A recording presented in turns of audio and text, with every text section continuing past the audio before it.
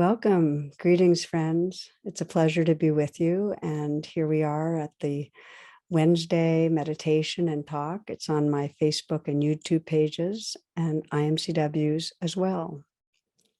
So we begin together, coming into presence, practicing a bit. And you might take these first few moments to find a posture that suits you, a way of sitting perhaps that allows you to feel upright and alert, but also really comfortable and at ease. As part of arriving, you might close your eyes or lower your gaze. Invite yourself into presence. Take some moments to find a comfortable posture where you're awake and alert, and that usually means sitting upright, but also at ease, sensing whatever parts of you that can relax, letting them relax. Closing your eyes and taking some moments to settle in this way.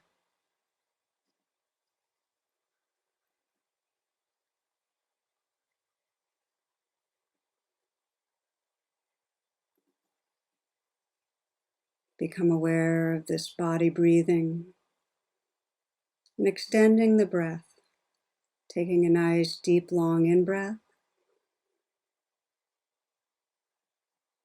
and a slow out breath that allows you to release, to relax with the letting go. And again, a nice full deep in-breath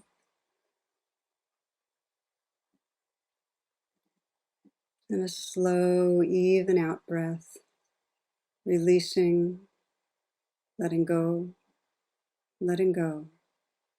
And once more, inhaling deep, full breath. And with that slow out breath, you might sense you could soften down the length of your body, letting go, letting go. And then as you allow the breath to come back to its normal rhythm, you might feel whatever presence has emerged just through these few moments. And from that presence, sense your intention for this meditation.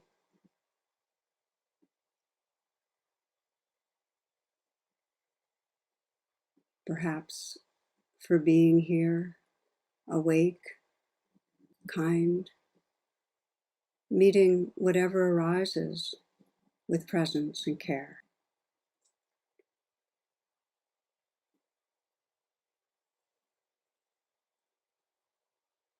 We begin, as we sometimes do, with the image and felt sense of a smile. You might feel the region of your eyes and let that smile spread through the eyes.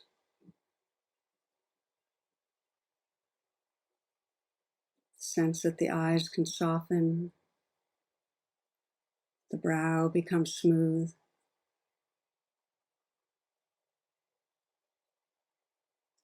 Bringing a slight smile to the lips. And imagine and sense the experience of a smile filling the mouth. See if you can relax the tongue, letting the tongue fill the lower palate. And relaxing right down to the root of the tongue.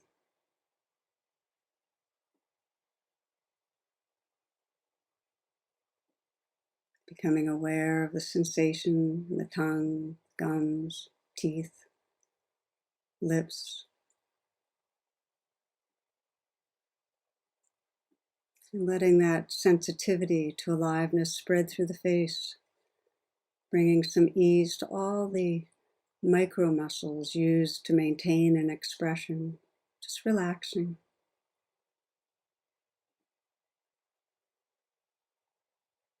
You might allow the shoulders to relax back and down some. Let the awareness fill the shoulders, inviting that kind of dissolving from ice to water, a melting.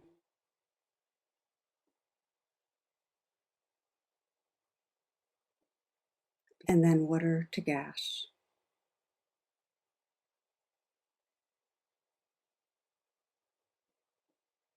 From the inside out, sensitive to the movement of energy, to any areas of tightness, tension, flow, just letting whatever's there float in awareness.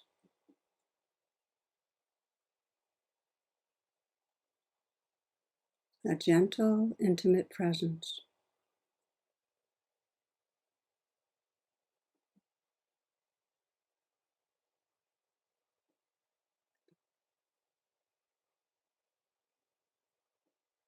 Letting the hands rest in an easy and effortless way. Now explore softening the hands and then softening again. And what do you notice as you feel from the inside out?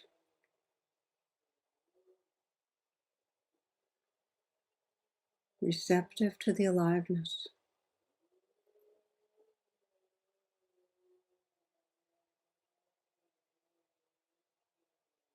Perhaps sensing how the more you relax, the more the attention becomes intimate, receptive, and the more aliveness we experience.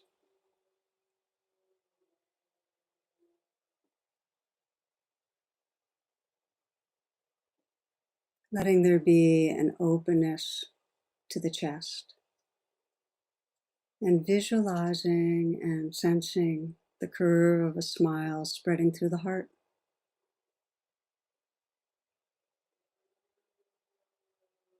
And noticing how that can make space for whatever is here.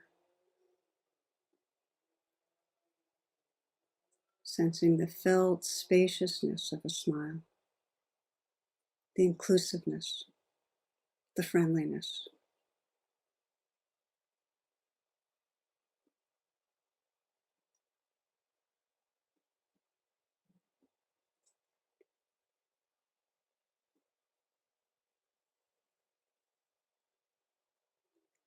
Letting this next breath be received now in a softening belly. This breath, and now this one,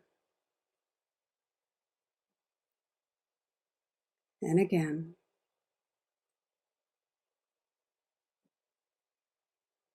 You might visualize and sense the curve of a smile spreading through the belly.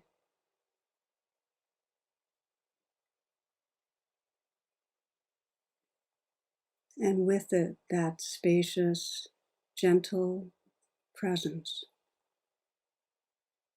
that allows life to be just as it is. An intimate presence.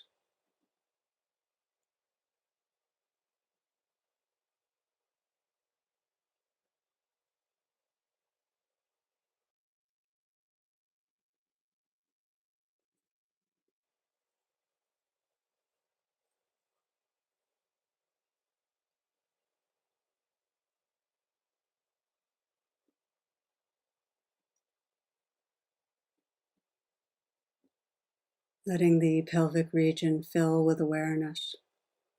And again, bringing that image and felt sense of a smile, letting it spread through the pelvic region. Again, noticing how that creates space, a gentle, open space for the life that's right here.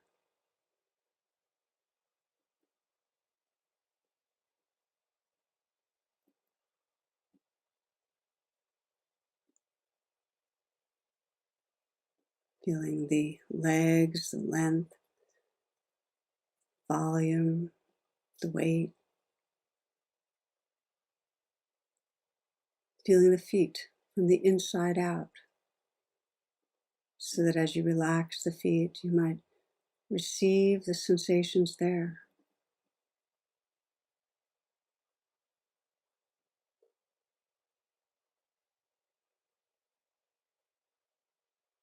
And widening the lens to feel the whole body simultaneously as a field of energy, of aliveness.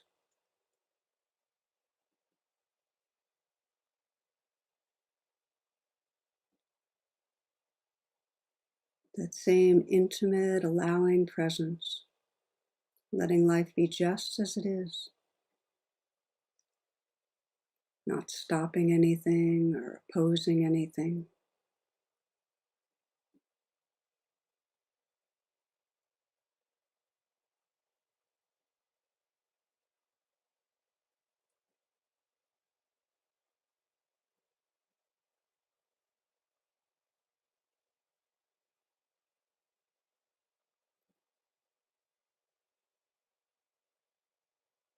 Including not only sensations, but the dance of sound, the comings and goings of sound in the space around you.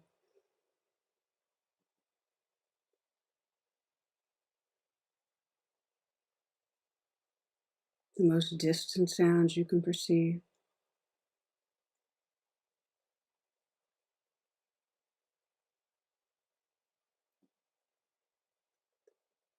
A spacious, gentle presence, listening to, feeling, receiving the changing experience of life.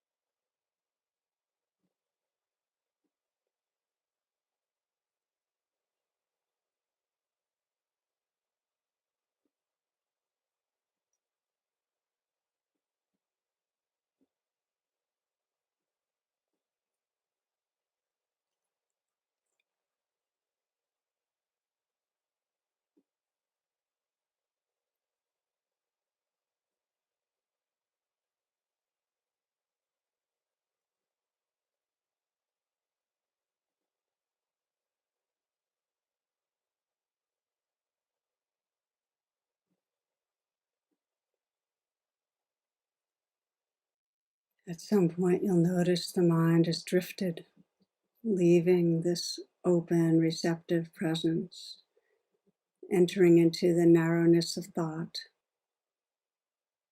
And the pathway back is to simply relax open, listening again, reawaken the senses,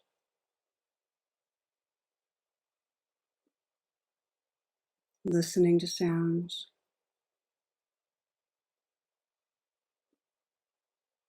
perhaps reawakening in the body, softening where there's tension, and bringing that intimate presence to receive sensations, the shoulders, the hands,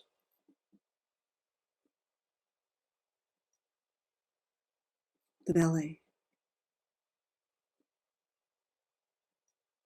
and feeling the movement of the breath.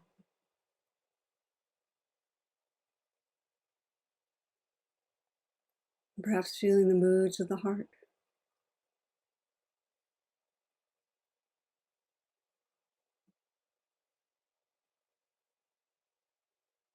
as you continue bringing a relaxed and kind attention to the changing experience moment to moment. To steady your attention, it can help to rest with the breath.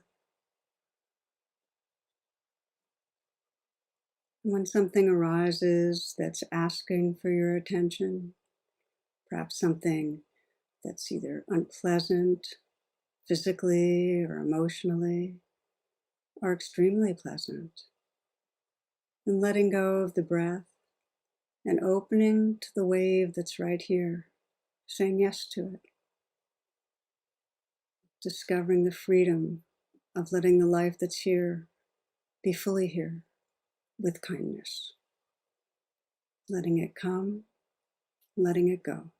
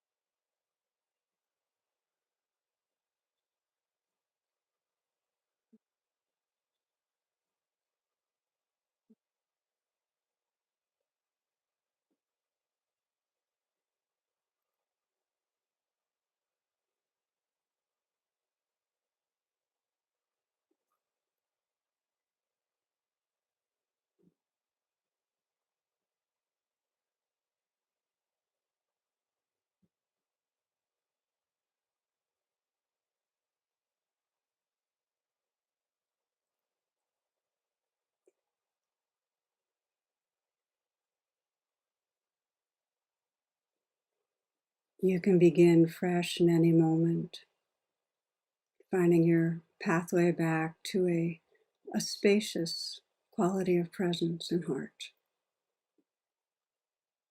Noticing the sounds, listening,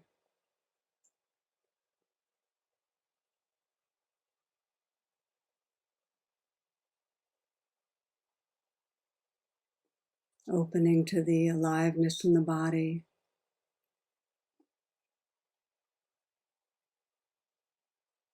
relaxing your heart, perhaps smiling again into the heart, and opening with gentleness to whatever's here.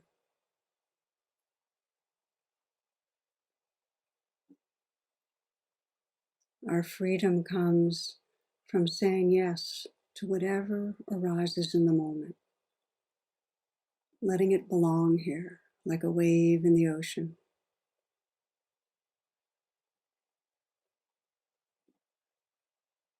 And sensing that open-hearted space of awareness, the ocean of awareness that has room for what's here.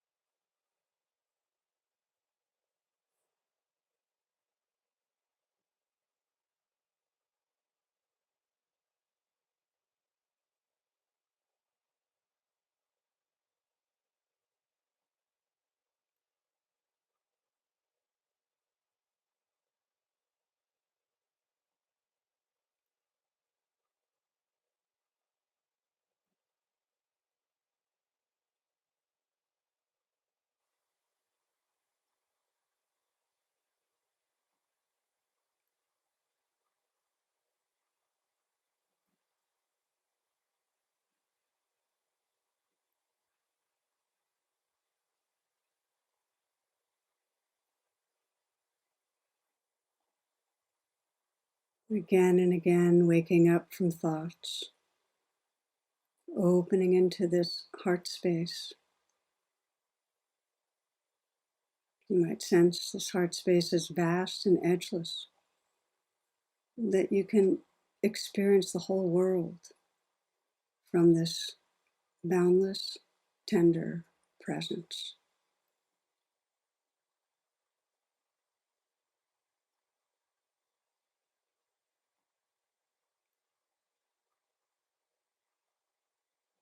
I'd like to close with a few lines from the poet Dana Falls.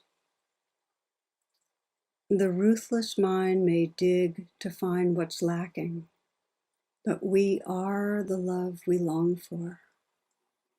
We are the love we long for. No end and no beginning, bigger than our deepest fear, fresh and clear in every moment. It's love that makes us whole.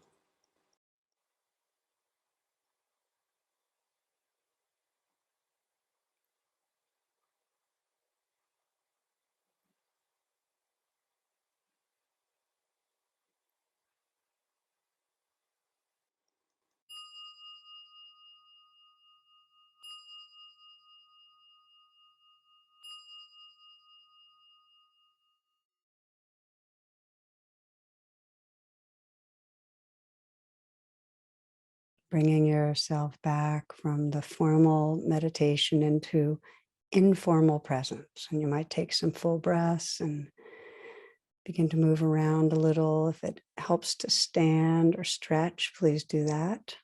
Have some water. As you do, I'll make a few announcements for this upcoming week. I invite you always to check tarabrach.com for my virtual offerings.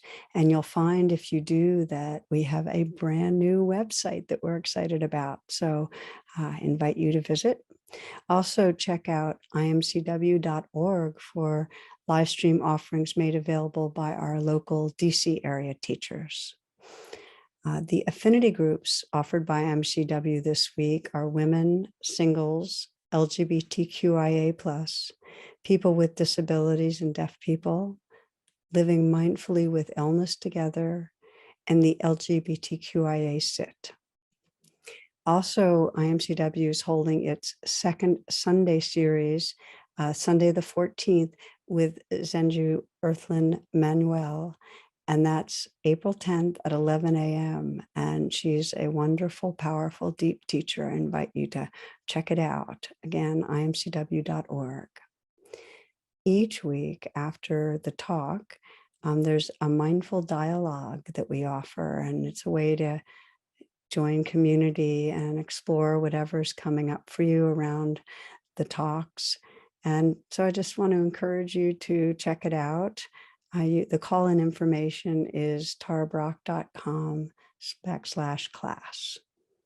Finally, Dana, which means generosity or giving.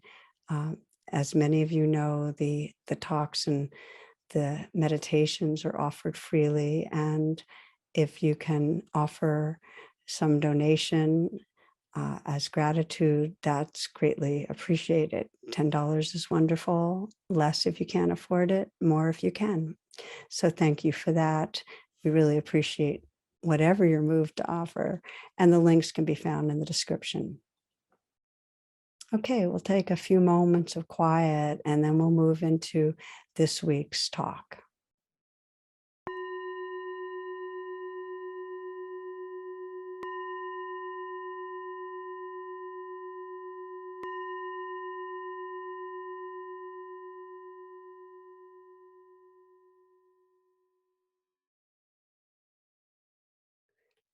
Greetings, friends.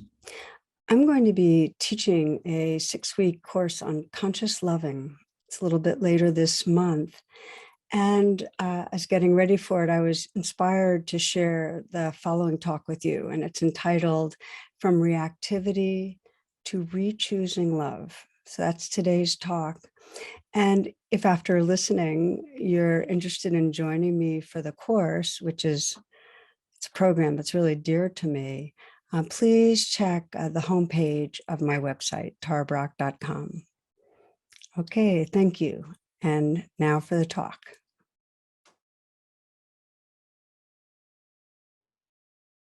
Namaste and welcome, friends. Today's talk is on relationships, learning to shift from emotional reactivity to responding from a wise heart. And as part of this, we'll do 2 experiential practices. But I thought I'd first start with an essay I'm pretty sure some of you are going to remember, and it's one I really love. If you can start the day without caffeine or pills, if you're cheerful, ignoring aches and pains, if you can resist complaining and boring people with your troubles, if you can understand when loved ones are too busy to give you time, if you can overlook when people take things out on you when through no fault of yours something goes wrong, if you can take criticism and blame without resentment, if you can face the world without lies or deceit, if you can conquer tension without medical help, if you can relax without liquor, if you can sleep without the aid of drugs, then you are probably a dog. So it's entitled Spiritual Fitness. And I've always been drawn to it because as a dog person, and many of you can relate, our pup, she never reacts. If we leave her home or are gone for some hours, she doesn't, blame us. She's excited to see us, or, she doesn't carry grudges, even when we're irritated. My dog's now elderly and sometimes pees on my favorite rug. Um, there might be a momentary shrinking back from my disapproval, but, she's just eager to reconnect. And it's just so different from us humans who can't let go of hurts or resentments. And we carry a steady kind of judging mind going all the time. And the more stressed we are, the more emotionally reactive. So there was an NPR poll a couple of years ago, and 84% said Americans were angrier than a generation ago. And last year, Gallup does this annually, did a global emotional report. And they reported that more people were stressed, sad, angry, fearful, lonely than any point in Gallup's tracking. And it's been going on for some years. Happiness has been trending downhill.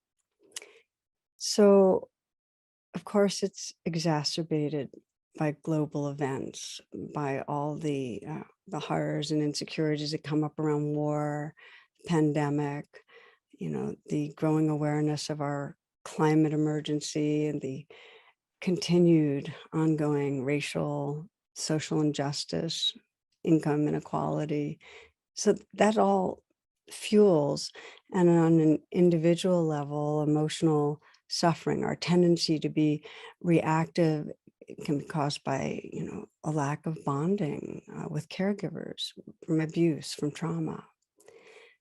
But here's the thing, whatever the degree of emotional pain, it plays out in our relationships.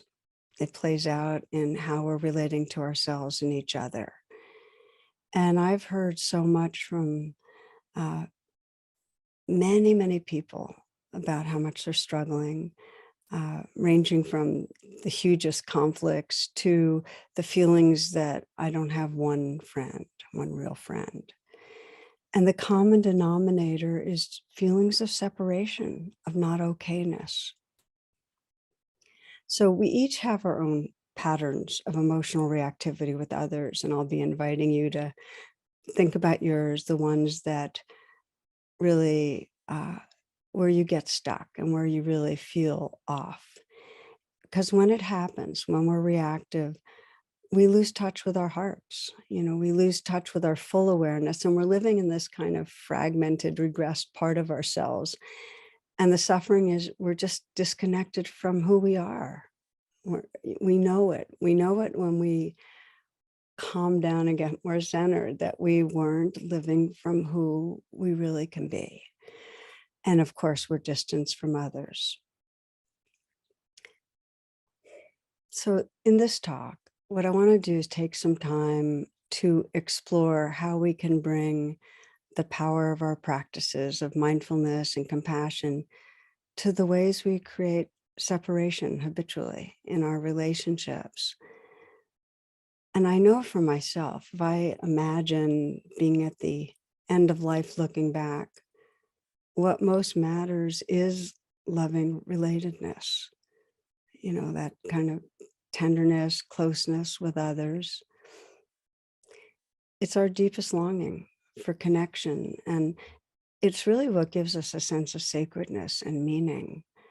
So, this is a powerful domain to intentionally awaken around the places of separation in a deep way to re-choose love. And that's the invitation with this exploration to re-choose love. And the beginning place to attend really is to notice, okay, so what are my patterns? What are the patterns that separate me from others? Is it the pattern of aggressing in some way, or defending in some way, or withdrawing, or accommodating? Some of you might be thinking all of the above, but we do have our leanings, and you might consider, what's yours? Is it, for many people, it's getting judgmental or angry and lashing out, saying things we regret.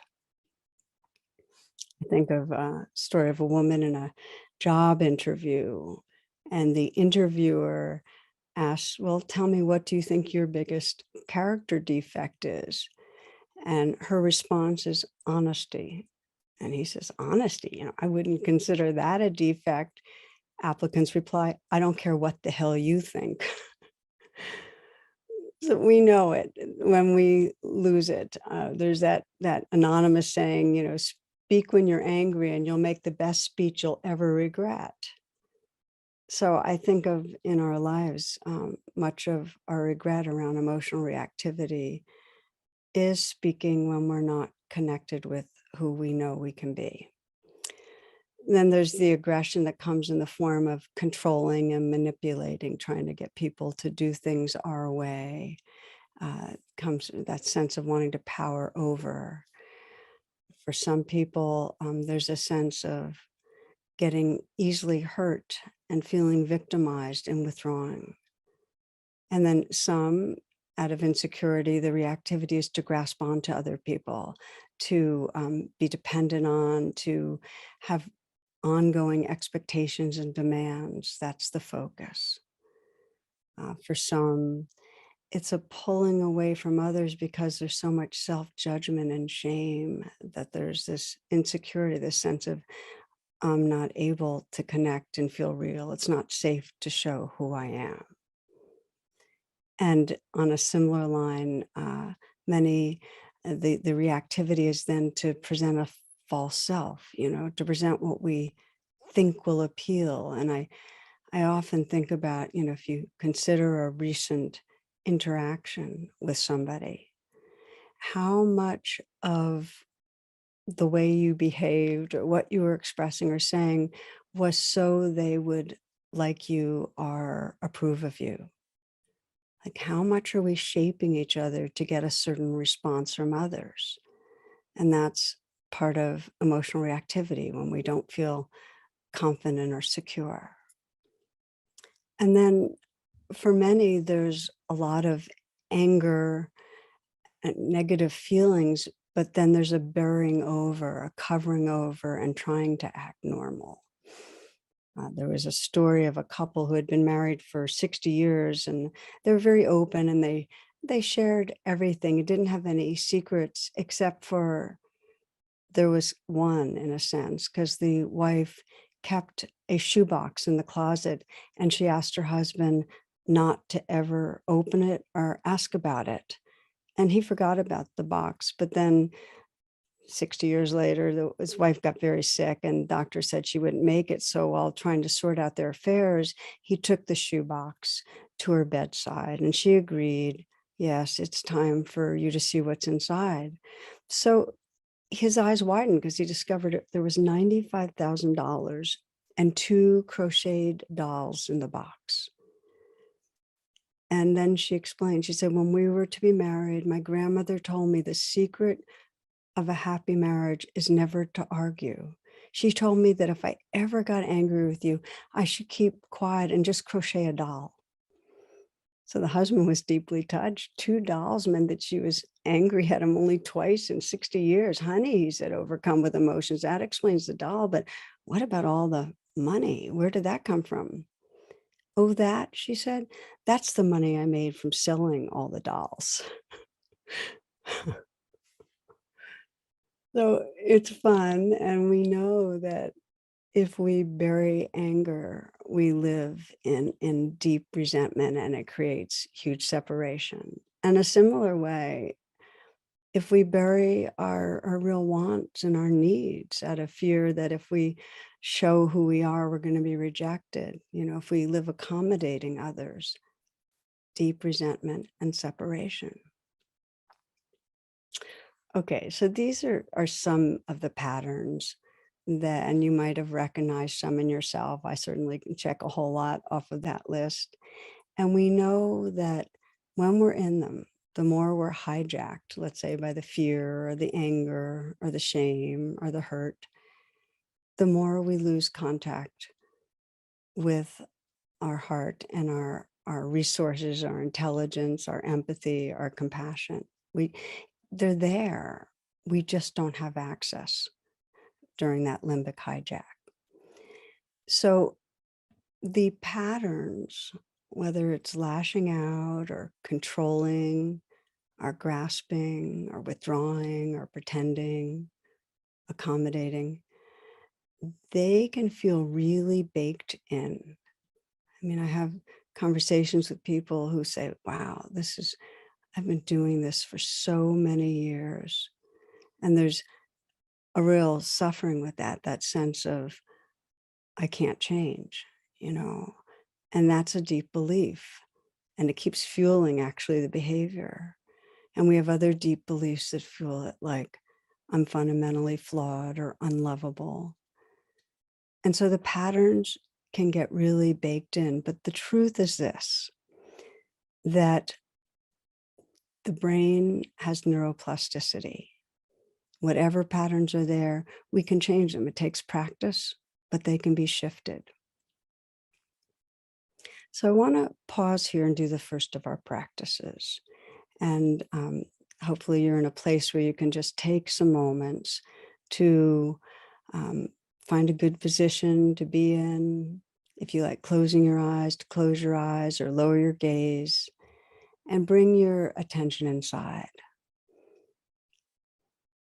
And scan your life a bit and sense some recurring situation where you react in ways you regret, where you get that one of those familiar reactive patterns gets triggered, that distances, that you wish you could respond differently. It might be with a child or parent, partner, friend, work colleague. Not something where you get traumatized, but something where you just, it triggers something and, you get angry or you shut down in some way. So bring one of those situations to mind, like a real situation perhaps that happened recently. And watch it like you're watching a movie. Actually sense yourself watching that situation unfold until you get right to the frame or the part where you're most emotionally stuck, where you're feeling most reactive, and notice what's happening. The other person might be saying, or the look on their face. Mostly what you're feeling, what it's like when that happens, kind of feel in the thick of it. Maybe what you're believing in those moments and what you're inclined to say or do. But freeze the frame, just freeze it and pause. And imagine you could step away and imagine that for a bit you can be transported to a peaceful and safe space. You can choose a space in your mind, a place you've been to or haven't been to, but some place that feels peaceful, safe. You might take a few full breaths. Let yourself arrive in sacred space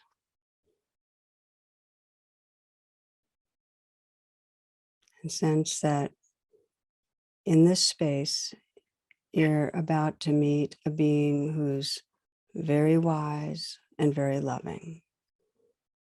And it could be your own high self, the bodhisattva or Buddha inside you, or it could be an external being, Gandhi or Kuan Yin, Dalai Lama, Mother Mary, Jesus.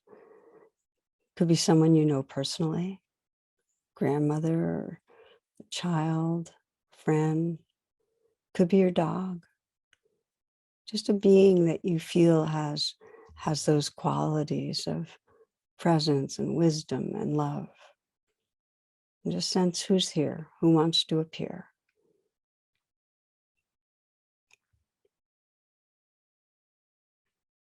And this being wants to help you get back in touch with your own heart. And they're going to do it by taking over for a while, by inhabiting your body and mind and heart and stepping in. So just sense their energy, their clarity and kindness is entering you. And you're an invisible witness right now. And notice how it feels when this being, their energy, their heart fills you.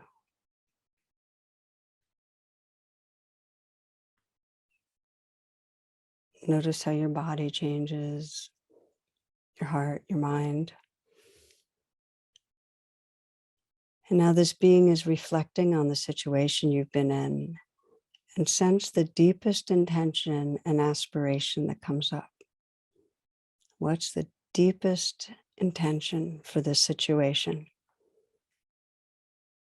What does this wise, loving being wish to unfold?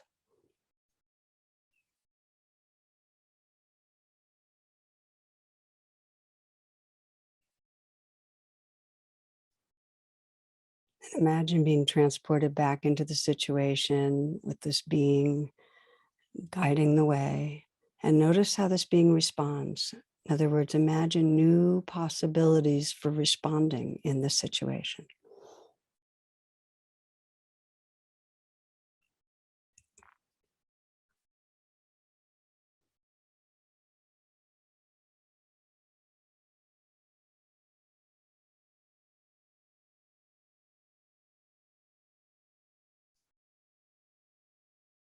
When you finish, go to where you found that being, back to sacred space, and switch so that you're now you, breathing, feeling yourself, inhabiting your body, your heart, your senses. And now listen. This being is going to whisper in your ears words of advice, some reminder, some message, something important for you to remember.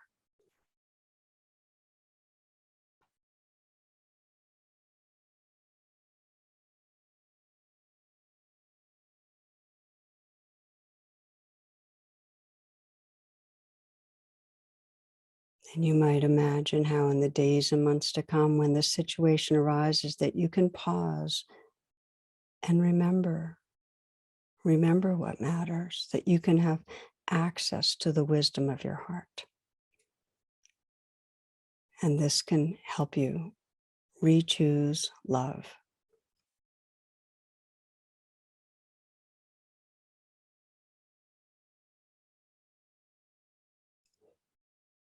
So taking a few moments and taking a few full breaths, perhaps, if your eyes are closed, opening your eyes. You have the potential. It's here.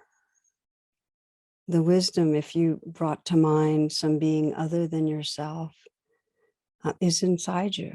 Whatever you're imagining is coming from your own deep awareness, and it can guide you more and more. So you can trust, you have the wisdom, you have the heart to transform relationships. And here's the thing, the patterns are deeply wired. So to have regular access to that wisdom and heart, it takes ongoing practices. But here's the thing, the patterns and beliefs are deeply wired. So to have regular access to that Buddha within, it takes an ongoing practice, a practice that can bring healing directly to the wounds that are driving the reactivity. There's a story that I love that kind of can guide us in bringing the awareness we need to the wounds. And it takes place many years ago outside a quiet mountain village. There was a monk who lived. He was described as a healer of the heart. And his practice was compassion. You know, he offered a very open, loving acceptance of people just as they were. He helped them to hold themselves that way. So people would come to him with great struggles, life conflicts, and with others and so on. And they travel many miles to seek refuge in his gentle and tender presence. But after many decades serving this way, he became exhausted and dispirited. So he had heard about a great teacher who lived hundreds of miles away, and an older woman whose reputation for deep wisdom had spread far and wide. And her key teaching was mindful awareness of what's happening in the moment. You know, how to investigate the reactivity that creates separation, how to attend and awaken the natural clarity of the mind. So he felt the great need for guidance on the path, and he decided to walk barefoot across the mountains and valleys that separated them and meet with her. Midway through his travels, he found a shelter in a temple where pilgrims stay, and there he encountered an old nun, and he shared with her what had motivated his journey. And she was sympathetic with his situation, and the old woman offered to guide him to the residence of the great teacher he sought. And when they arrived at the edge of the bustling village, they were warmly received. The old nun had been none other than the much-loved wise woman he had been seeking. He stayed, and over the years, she taught him how to empower himself and others by inquiring directly into the nature of reality and cultivating deep understanding. And many years later, she lay dying. The old nun beckoned the monk to her side. "There's something I never told you. On that day we met, I too had lost my way. I was headed north, seeking a great healer I had heard about." And then she smiled and squeezed his hand and peacefully passed away. The story always moves me. There's something quite beautiful about how they entirely needed the teachings that each other was strong in, that to fully awaken and undo reactive patterning, the monk and the nun both needed to cultivate heart and mind, compassion and wisdom. And this is true for each of us. You know, we need to be able to see clearly the experience of the moment. When there's reactivity, we need to be able to see it clearly, to recognize what's happening, to be able to really sense what's going on. And we need to be able to hold it with great compassion. In Buddhism, these qualities of heart and mind are often likened to two wings of a bird, and they're inseparable, and they're both needed to fly into freedom. And they're needed to heal the deep wounds that keep us reactive. So this is where we'll be exploring now how we can bring these two wings of wisdom and compassion directly to the vulnerability and woundedness that keeps us behaving in ways that create separation. So often, as you know, I use the acronym RAIN as a way to apply um, these two qualities of mindfulness and compassion. I'd like to share a story of a couple caught in emotional reactivity where they did this in a way that I found really powerful. So Joshua and Carla, couple who had been struggling for years, actually. They stayed together, I think, mostly due to love of their three children. They both came into relationship with trauma. They both had experienced abuse growing up, and they locked into triggering each other. So there was a lot of hurt and blame and mistrust, and they hadn't sought outside help. And they found their way to me, to my DC meditation class, and both were beginning to meditate. But so the pattern of reactivity I'll tell you about was it circled primarily around parenting and running the household. Carla was anxious, really anxious about the well-being of the children. She was worried about finances, and she was very chronically critical about the way Joshua was parenting, the way he spent money, the way he dealt with bills. And Joshua felt continually hounded by Carla, undermined in his relationships with his children. Basically, I can't do anything right, anything that pleases her. And he would get triggered and aggressive, and he'd lose his temper and he'd lash out at her, not physically, but emotionally abusive. And she'd be hurt and intimidated and withdraw, and then feel more anxiety, more out of control, more mistrust, and then the judgment would continue. It was real, there was a real distance, and most attempts at trying to talk or fix anything would devolve into feelings of more hurt and anger and mistrust. So I encouraged them to start by practicing separately and to practice bringing the reign of self-compassion to what was going on for them. And for those of you who are new to RAIN, the acronym stands for recognize, allow, investigate, and nurture. Those are the 4 letters of RAIN. And we apply them to wherever there's strong emotion. So for Carla, she brought, and we start right where we are. And for her, it was anxiety. So she recognized anxiety, and the A is allow, which means this is part of what's here. You just let it be. And the anxiety was focused on, about her children, about fear of Josh's aggression. And she contacted a really deep place of unsafe, that life is unsafe. It's chaotic, it's unsafe. And that in the midst of that, I'm in some way unlovable and bad. I mean, that was what she contacted. And it became very clear that the controlling and the judging, all the anxiety was a way she was trying to protect herself from that deep sense of chaos and unsafety.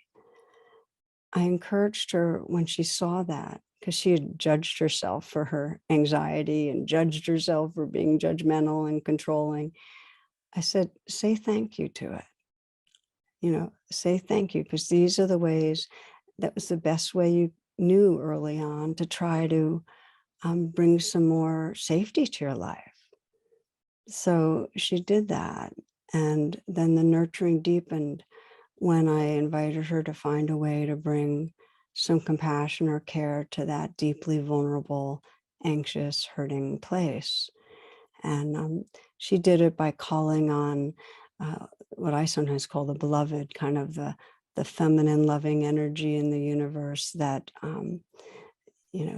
call it the mother of the universe, and imagined really being held in an embrace that created safety and being cared about. So that was her process, because when she did that, something in her felt enlarged, that she had some strength, that she was more spacious, more open. Okay, so now let me describe Joshua. He brought recognizing and allowing to his anger, Okay, it's here, allow it. And he found under his anger a sense of being hurt, not seen, not understood, not valued. Instead, he felt a sense of being shamed.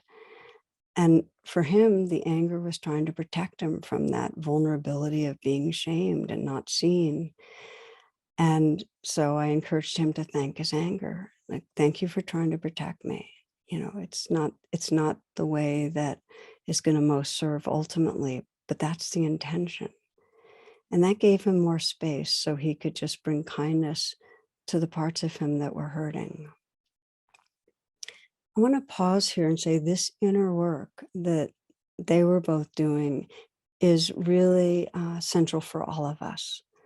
There's no shift in how we relate to others until we bring self-kindness to the injury. So I want to say that again. You won't be able to shift your behavior with another unless you tend to the roots, to the hurt. Here's Jeff Foster.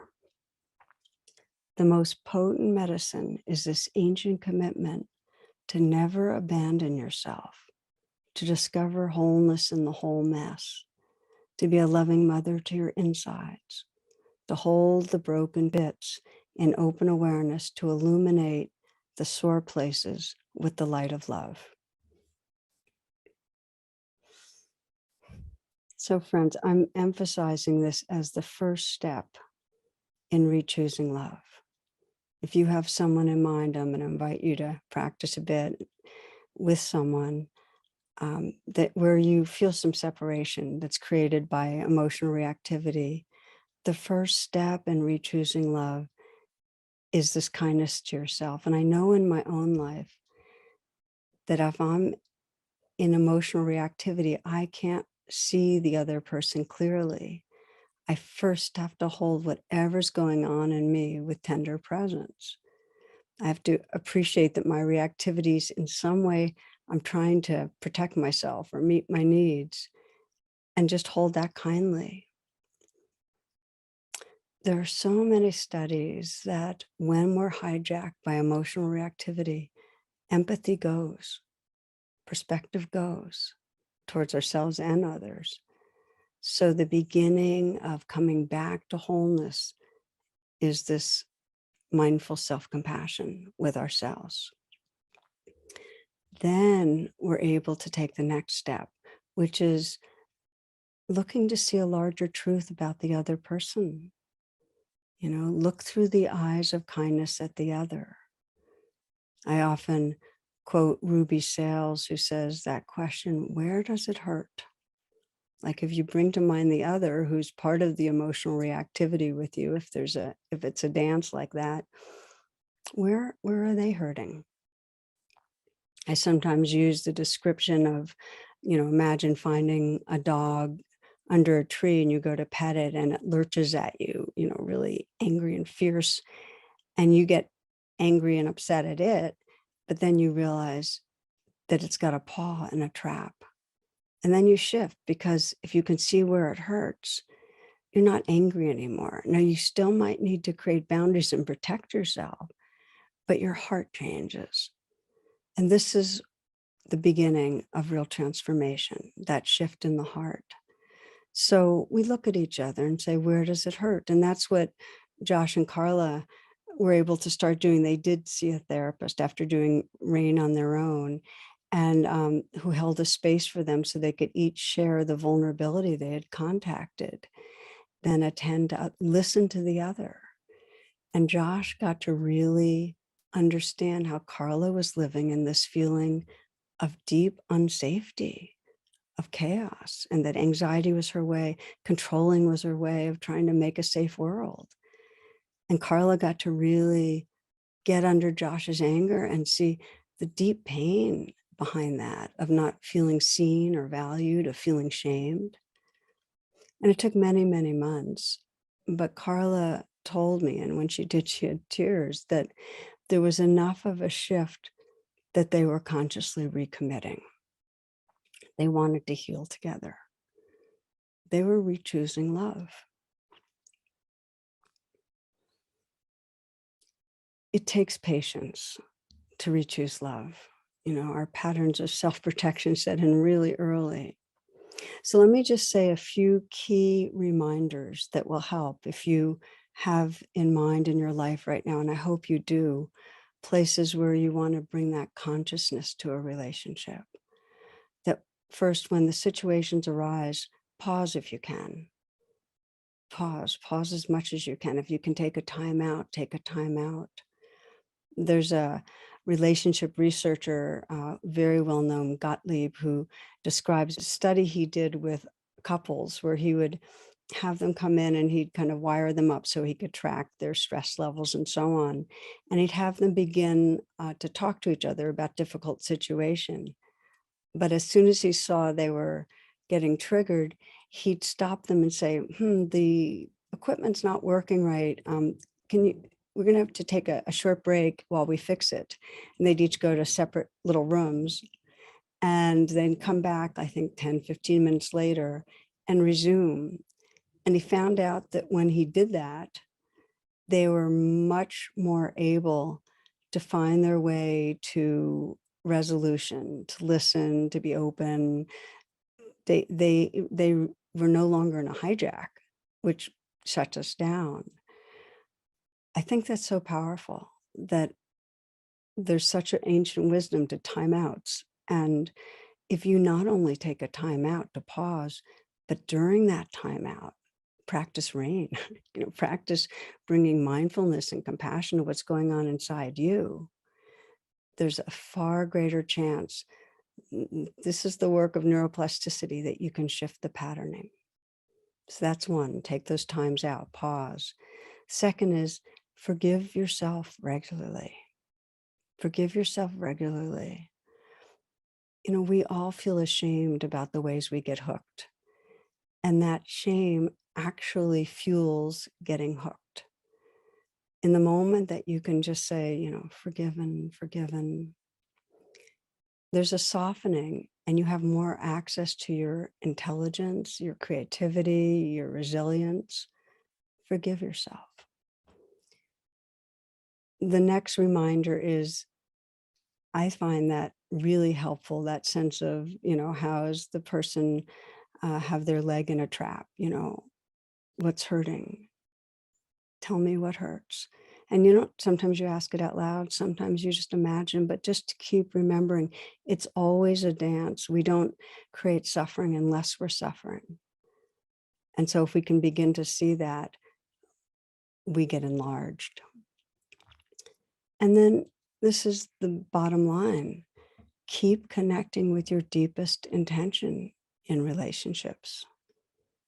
If you can imagine what matters to you, in other words, if you can bring to mind someone in your life and imagine what would it be like if we could actually be together and love each other without holding back, without a defended heart. If you can imagine that, it can happen. So awakening from reactivity and rechoosing love applies very much to how we become part of the healing of our larger world. It's the shift in consciousness that's needed. It's part of our conditioning, all of us, to create bad others. We do it. It's the history of humanity has been shaped by groups demonizing other groups and violating other groups. So we do that. And if we want to create a more peaceful world, we need to evolve our consciousness beyond that. Let me read you a question that was asked by a man who's a participant in our teacher training group, and he lives in Europe, a man named Hanno. Here's what he wrote to me. During and after the Second World War, my family has suffered tremendously under the Russian army. The most horrendous acts have been committed against the women in my family. Generational trauma was created, carried over into the next generation. I've been able to start the healing journey with mindfulness after suffering with complex PTSD. The war ripped open the closed memories of my grandmother, and I remembered the stories that my great-grandmother told me about some aspects of the chaos of the invasion of the Russian army into their home village. I grew up next to the Iron Curtain. The fear of war was reflected in air raid drills in kindergarten and primary school, witnessing a divided world from my bicycle.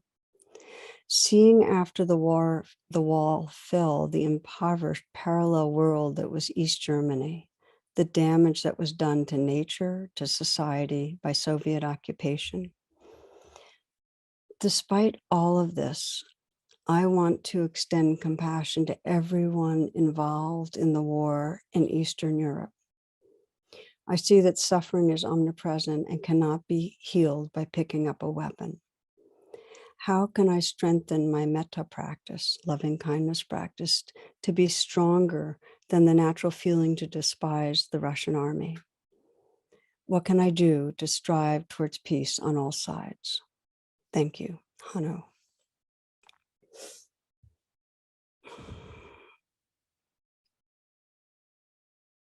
I was so moved by this because there really are no winners in war. You know, when I think of Ukraine, of course, I think of how much they're underdogs and the enormity of the courage and heroism of the Ukrainian people and the horror of the relentless shelling of cities and deaths. And I'm also aware of the tens of thousands of Russian parents who've just lost sons and children who have lost parents. There are no winners, and humans are not the enemy. It's really the age-old forces of greed and hatred, of anger, delusion. And I so often come back to that one wisdom phrase that we find in many traditions, including in the Buddhist scriptures, that hatred never ceases by hatred, but by love alone is healed. So if we, like Hanno, if we want to be a force for peace, it means we dedicate to deepening presence, to not creating enemies in our heart, and to practice rechoosing love right where we are. Right where we are, this life, this day, this relationship, rechoosing love. Whoever you're with today or tomorrow or the next day, rechoosing love. And then in any ways you can, widening the circles. Bell Hooks writes this. She says, the moment we choose to love, we begin to move against domination, against oppression. The moment we choose to love, we begin to move towards freedom, to act in ways that liberate ourselves and others. Let's practice a little. Let's just ground this for you in one relationship where you'd like to, where you know you're emotionally reactive, where you sense separation, and you want to re-choose love. And to bring that to mind and take some moments to pause with that and to become still and to feel in your heart that sincerity that remembers your deepest intention in this relationship. How you'd want to look at it if you're at the end of your life coming and looking back.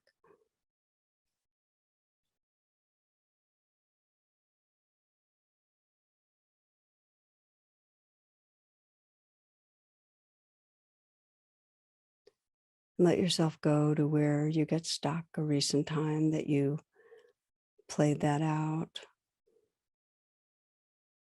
where you got reactive, angry or withdrawn, behaved in ways you wish you hadn't.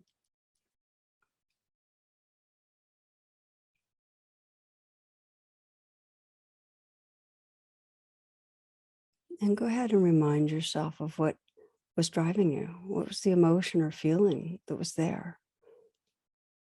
Was it anger? Was it fear? Was it hurt? Whatever is the strongest emotion that you're aware of.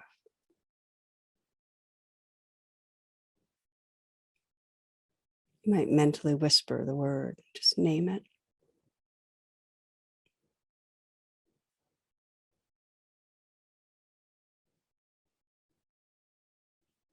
And let it be there. Allow the feeling to be there.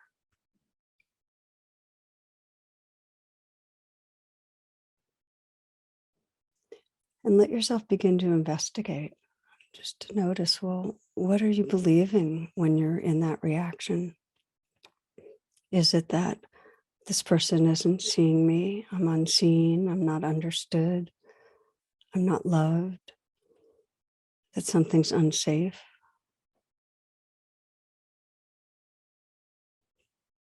Just trying to sense, what was driving you? Not feeling valued.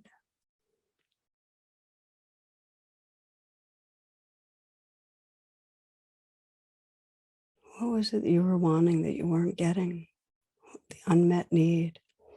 And as you notice it, just sense the behavior, whatever it was, the angry speaking out or the withdrawal or the judgment, and just say thank you. I understand you're trying to protect me, trying to help.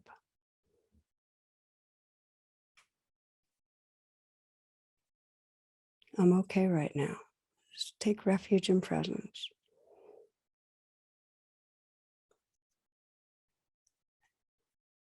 Let's investigate, nurture. You might put your hand on your heart and just offer kindness.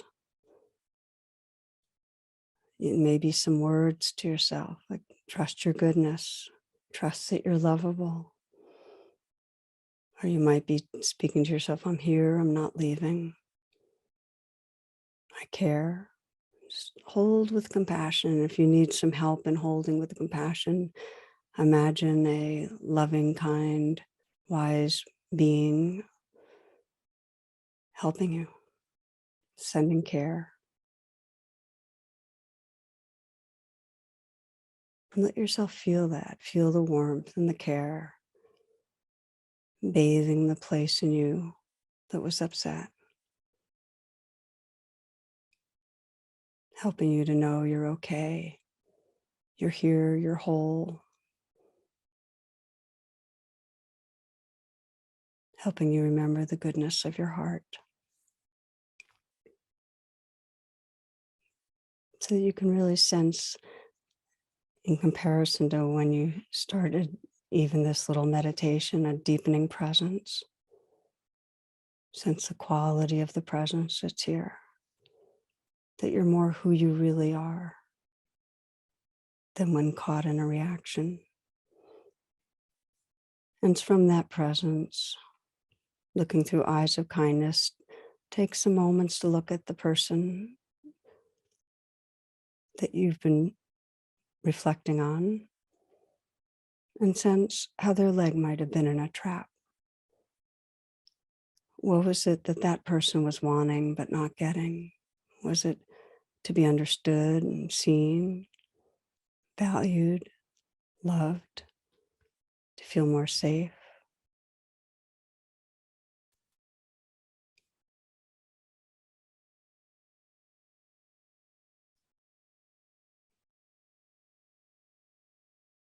Asking that question, where does it hurt?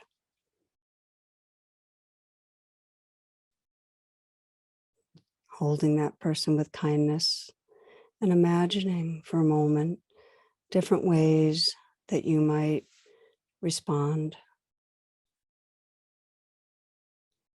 new possibilities when this comes up.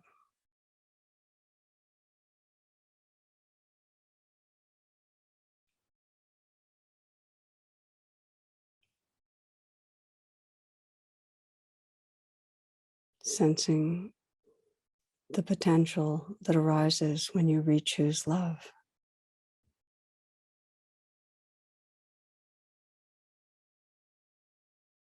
The moment we choose to love, we begin to move towards freedom, to act in ways that liberate ourselves and others.